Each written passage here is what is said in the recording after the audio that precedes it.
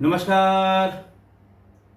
आज मैं फिर आपको अपराध की एक और घटना सुनाऊंगा या आज अपराध की एक और घटना लेकर आया हूँ। आज के अपराध की घटना हालिया है, प्रदेश है हरियाणा, जिला है रेवाड़ी, तारीख है 6 जून 2025। रेवाड़ी का धारूहेड़ा गांव मोहल्ला और सेक्टर 6। यहाँ पर मकान मालिक ने पुलिस को ये शिकायत की कि हमारे घर में किराएदार रहते थे, लेकिन घर से बहुत बुरी तरह से बदबू आ रही है। थाने से पुलिस रवाना हुई, पुलिस मौके पर पहुंची, उस फ्लैट का दरवाज़ा तोड़ा गया और देखा कि फ्लैट में उस जो किराएदार था उसकी लाश पंखे से लटक रही है। उसका नाम योगेश था। पुलिस ने अपना सारी कार्रवाई की, लाश को उतारा, पंचायतनामा किया, पोस्टमार्टम के लिए भेज दिया, लोगों से बातचीत करनी शुरू की। किराएदार ने मकान मालिक ने तुरंत किराएदार के पिता गिरिराज से उनकी बात कराई और उनको कहा कि जो पुलिस जानना चाहती है वो सारी जानकारी आप इनको दे दें। पुलिस को उनके पिता ने बताया कि योगेश यानी वो पलवल के गांव नागल ब्राह्मण के रहने वाले हैं और जो उनके साथ उनकी पत्नी प्रिया रह रही थी वो करनाल के बकरा मार्केट की रहने वाली है। पिता ने ये भी बताया कि दरअसल 2017 में योगेश की शादी हो चुकी थी। योगेश की पत्नी और उसके 2 छोटे छोटे बच्चे, बड़ी बेटी 10 साल की और बड़ी बेटी 8 साल की और बेटा मात्र 10 महीने का था जब ये उनको छोड़कर चला आया और धारूहेड़ा में ये इस महिला प्रिया के साथ रहने लगा।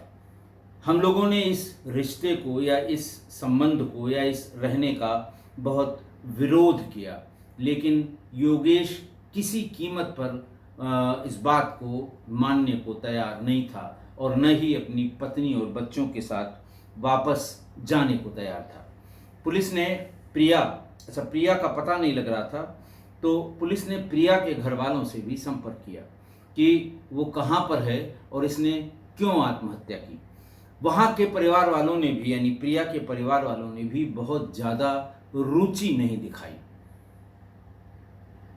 पुलिस को थोड़ा अटपटा सा लगा, अच्छा सा नहीं लगा और उन्होंने जानना चाहा कि क्या बात है कि आप, प्रिया गायब है या प्रिया का पता नहीं है, आप लोगों ने न तो कहीं कोई गुमशुदगी लिखवाई है और न ही आप बहुत ज़्यादा उसके बारे में बताने को तैयार हैं।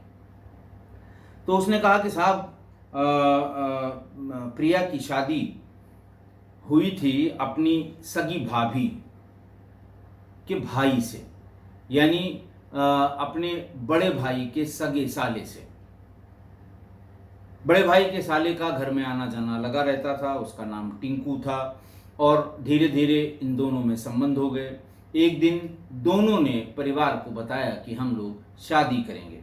शुरू से ही परिवार नाराज था, लड़की वाला भी और लड़के वाला भी, कि ऐसा कैसे हो सकता है, हमारी बेटी उसी घर में ब्याही है और उसी के हमारे दामाद के भाई से ही इसकी शादी कैसे हो सकती है, उसी घर की एक लड़की हमने दी, हम वहीं से कैसे लड़की लेंगे। बहरहाल बहुत ज़्यादा नाराज़गी के बाद भी प्रिया ने टिंकू के साथ लव मैरिज कर ली, प्रेम विवाह कर लिया।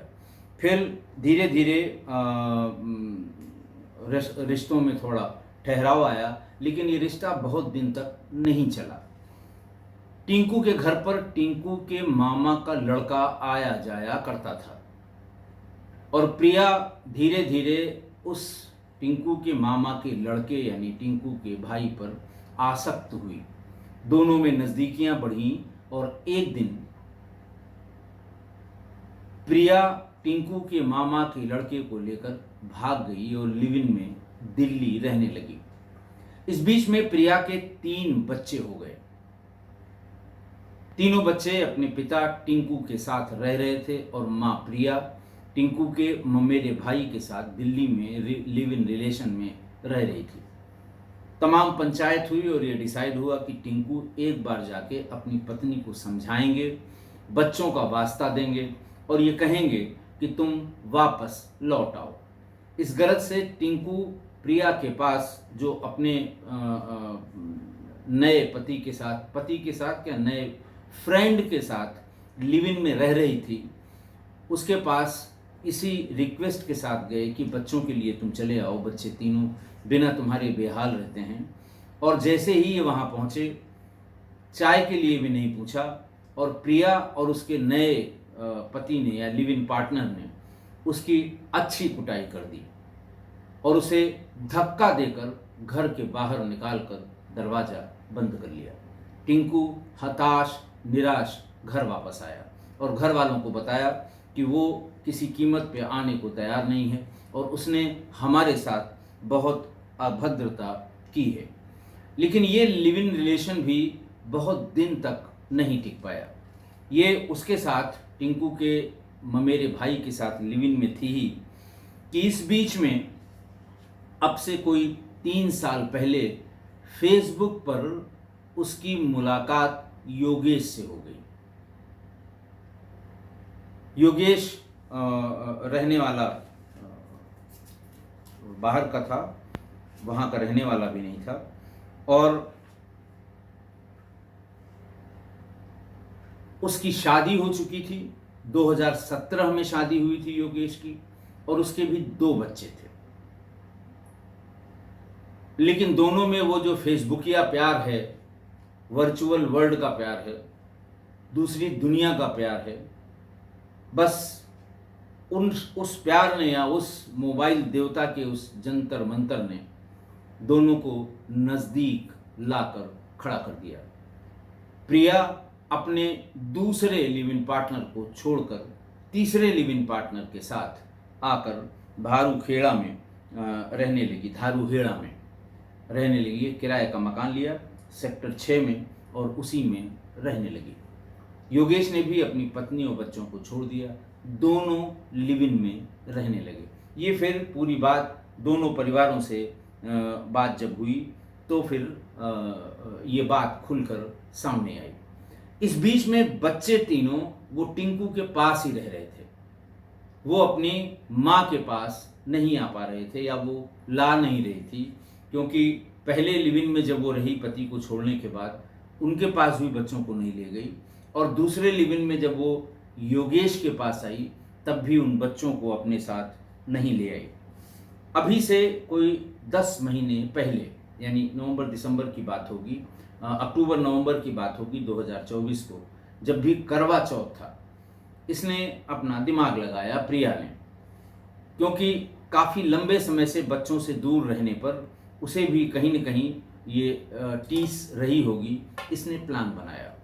इसने टिंकू से कहा कि तुम करवा चौथ पर रेवाड़ी आ जाओ, हम लोग होटल में रहेंगे, बच्चों को भी बहुत दिन से नहीं देखा है, बच्चों को भी लेते आओ। अचानक उमड़े इस प्यार को देखकर, सुनकर या बात करके टिंकू को थोड़ा अचंभा हुआ। उसने पूछा भी कि अब कैसे मेरी याद आ गई, इतने दिनों से मैं तुम्हें लाने की और बच्चों को तुम्हारे पास रखने की कोशिश कर रहा हूँ और तुमने मिलके पीट लिया, मुझे धक्का दे के बाहर कर दिया, आज ऐसा क्या हो गया। उसने कारण बताया प्रिया ने कि देखो, फेरे तो अकेले तुम्हारे साथ ही हुए हैं, बाकी दोनों तो ये बस ऐसे ही हैं, और पति के लिए ये व्रत करवा चौथ का रहा जाता है, तो तुम दरअसल पति हो और करवा चौथ के व्रत का हक सिर्फ तुमको है। बस इसी सेंटिमेंटल गीत पर फंस गया टिंकू। बच्चों को लेके फौरन भाग के रेवाड़ी आया। होटल के लॉन में वो अपना करवा चौथ की जो भी रस्में होती हैं वो पूरी हुई। जाकर दोनों होटल के कमरे में मैं 3 बच्चों के सो गए। सवेरे जब नींद खुली योगेश की तो उसने देखा कि प्रिया मैं तीनों बच्चों के फरार हो गई है।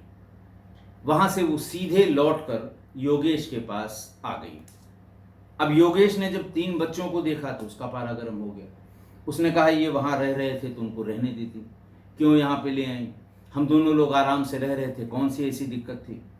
खैर प्रिया ने तमाम तर्क कुतर्क किए कि बच्चे हमारे हैं और फलाना है ढकाना है, मैंने पैदा किया है, हमारे साथ रहेंगे, लेकिन वो किसी तरह से मानने को तैयार नहीं था। इसी में झंझट शुरू हुई। रोज का झगड़ा टंटा शुरू हुआ। रोज शराब पीकर आना, फिर प्रिया से झगड़ा करना और आपस में मारपीट करना। जब कई दिनों तक बच्चों के सामने ये बात होती रही तो उसने कहा कि देखो, मैं टिंकू के पास इसलिए नहीं छोड़ सकती क्योंकि टिंकू में इन बच्चों को अच्छी शिक्षा देने की कुवत ही नहीं है। वो नहीं करा पाएगा। वो कहीं वहीं सरकारी स्कूल, जो म्यूनसिपालिटी के स्कूल होते हैं, म्यूनिसिपैलिटी वाले, उसी में कहीं एडमिशन करा देगा। इसलिए बच्चों के भविष्य के लिए मैं उनको लाना चाहती हूँ। और फिर मार्च में उसने टिंकू से बच्चों के डॉक्यूमेंट मांग लिए। डॉक्यूमेंट मांगने के बाद उसने पूछा कि आखिर अब क्या हो गया? करवा चौथ तो मेरे साथ मनाई, बच्चों को लेकर भाग गई, अब तुम्हारा आगे का प्लान क्या है? उसने तंज कसा, एक मैसेज से तंज कसा प्रिया ने कि तेरी औकात से ज़्यादा महंगे स्कूल में इसका एडमिशन कराऊंगी सभी बच्चों का। तुम अपनी लाइफ में खुश रहो और मुझे तेरी कोई ज़रूरत नहीं है, ऐसा प्रिया ने उसको मैसेज लिखकर बताया। लेकिन जब यहाँ योगेश से उसका कलह बढ़ने लगा तो एक दिन वो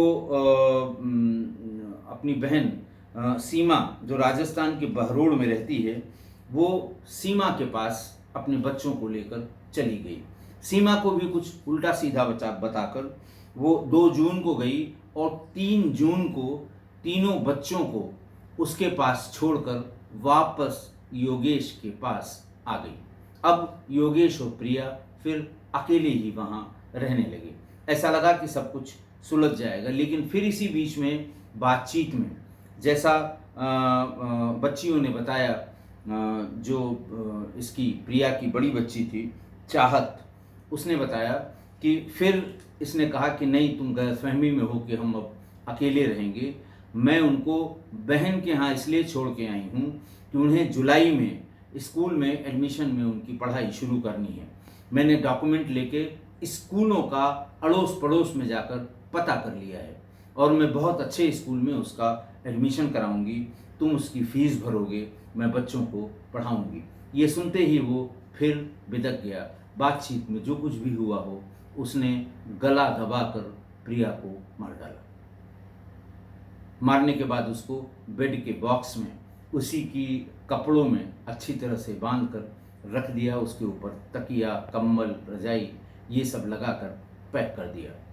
ये बात रही होगी शाम को, लेकिन हमको ऐसा लगता है, अब मरने वाला मर गया, वो क्या बताएगा उसने क्यों आत्महत्या की, कि शायद उसे अपने इस डिसीज़न पर पछतावा हो रहा होगा कि मैं अपने 2 बच्चों को, अपनी पत्नी को छोड़कर इसके पास आया और इसने जो हालत कर दी मेरी, जो मैं सोच के आया था ऐसा कुछ नहीं निकला, और अब मैं जेल चला जाऊंगा। पति पत्नी ही जब यहाँ रहते हैं, पुलिस आएगी तो मैं जेल चला जाऊंगा, न मैं घर का रह गया न घाट का रह गया। शायद इसी आत्मग्लानि में उसने फांसी लगाई और आत्महत्या कर ली। उसके बाद और अच्छा, ये कै तारीख की घटना है इसको चेक करने के लिए, क्योंकि पोस्टमार्टम में कुछ बहुत एम्बिगुअस सा टाइम आया था, कि बड़ी बेटी चाहत ने ये बताया कि मैंने 3 जून को रात में 8 बजे फ़ोन किया अपनी मम्मी प्रिया को, फ़ोन नहीं उठा। मैंने अपने पापा को फ़ोन किया तो पापा ने कहा कि प्रिया सो रही है। चाहत ने कहा कि उसको उठाकर मेरी बात कराओ।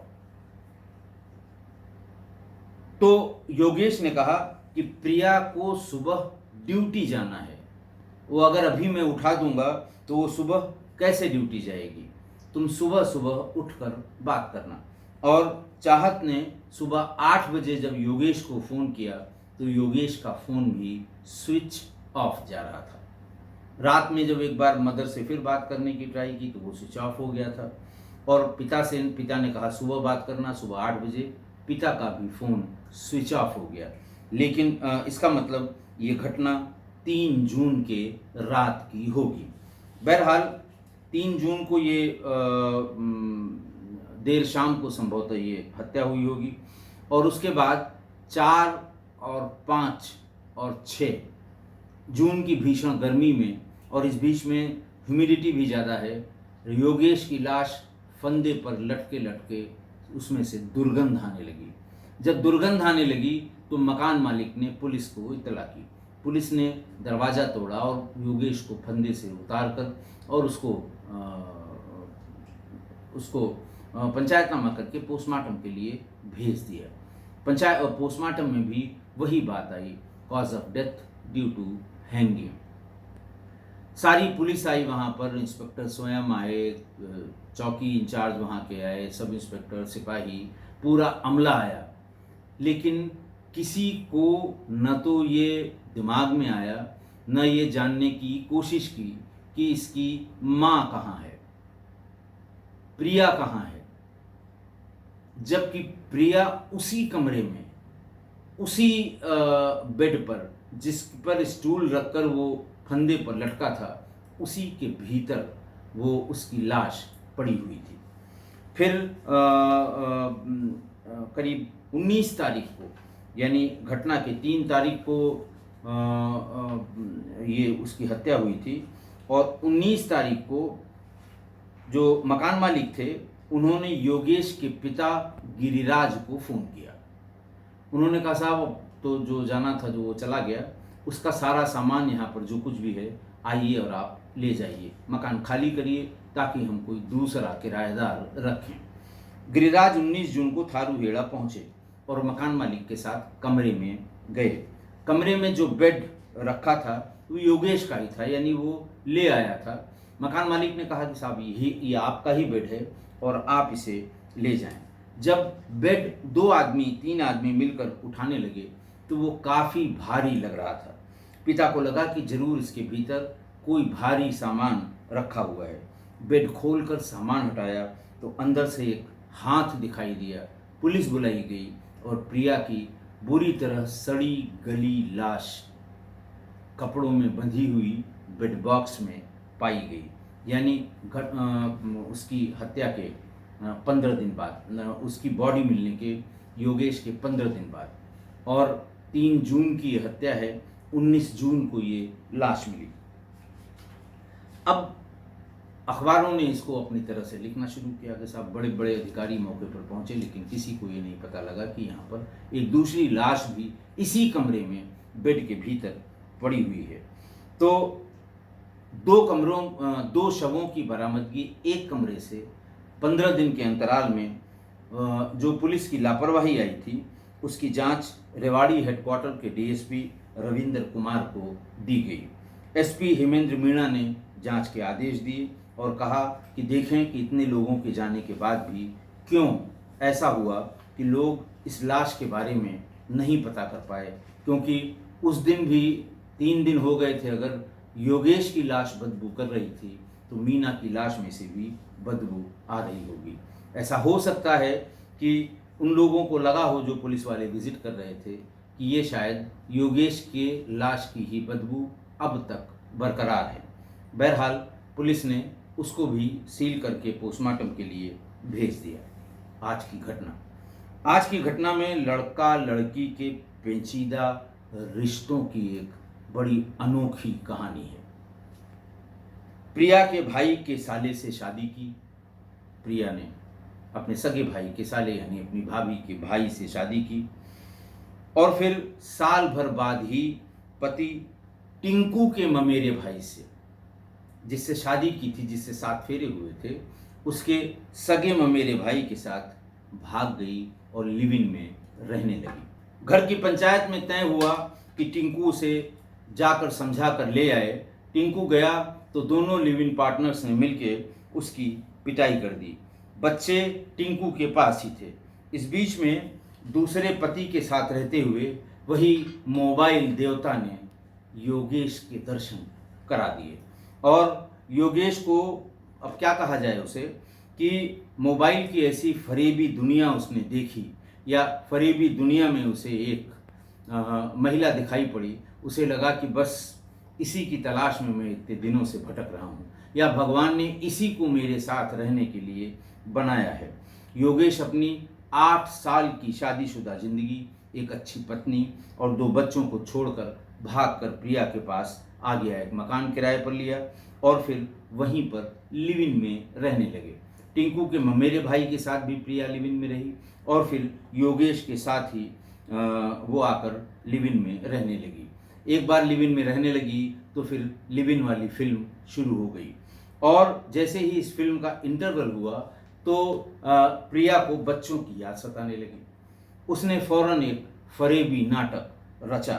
उसने अपने पहले पति को ये कह के रेवाड़ी बुलाया कि अब जो करवा चौथ है उसके हकदार तुम ही हो, फेरे तुमसे हुए हैं, शादी तुमसे हुई हैं, बाकी तो सब टेम्परेरी वाले थे, तो चले आओ हम लोग यहाँ होटल में करवा चौथ मनाएंगे, लेकिन बच्चों को भी ले आना, बहुत दिन हो गए बच्चों को देखे हुए।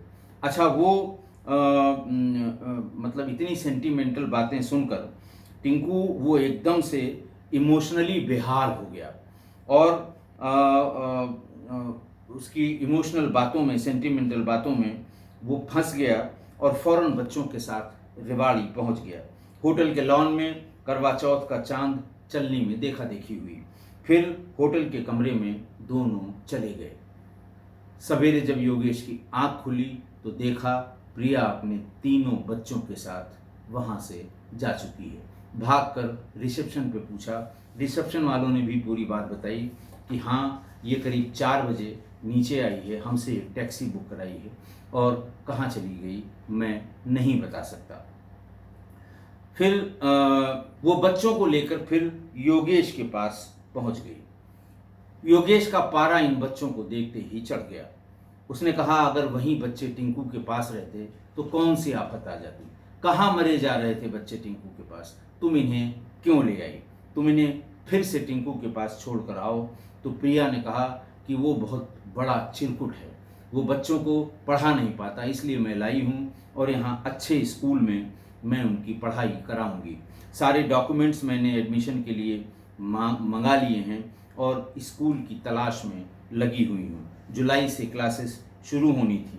बच्चों को परमानेंट योगेश के पास बसाने का प्लान जब योगेश को पता लगा कि अब एडमिशन होंगे और बच्चे परमानेंट यहीं रहेंगे तो योगेश बिदक गया।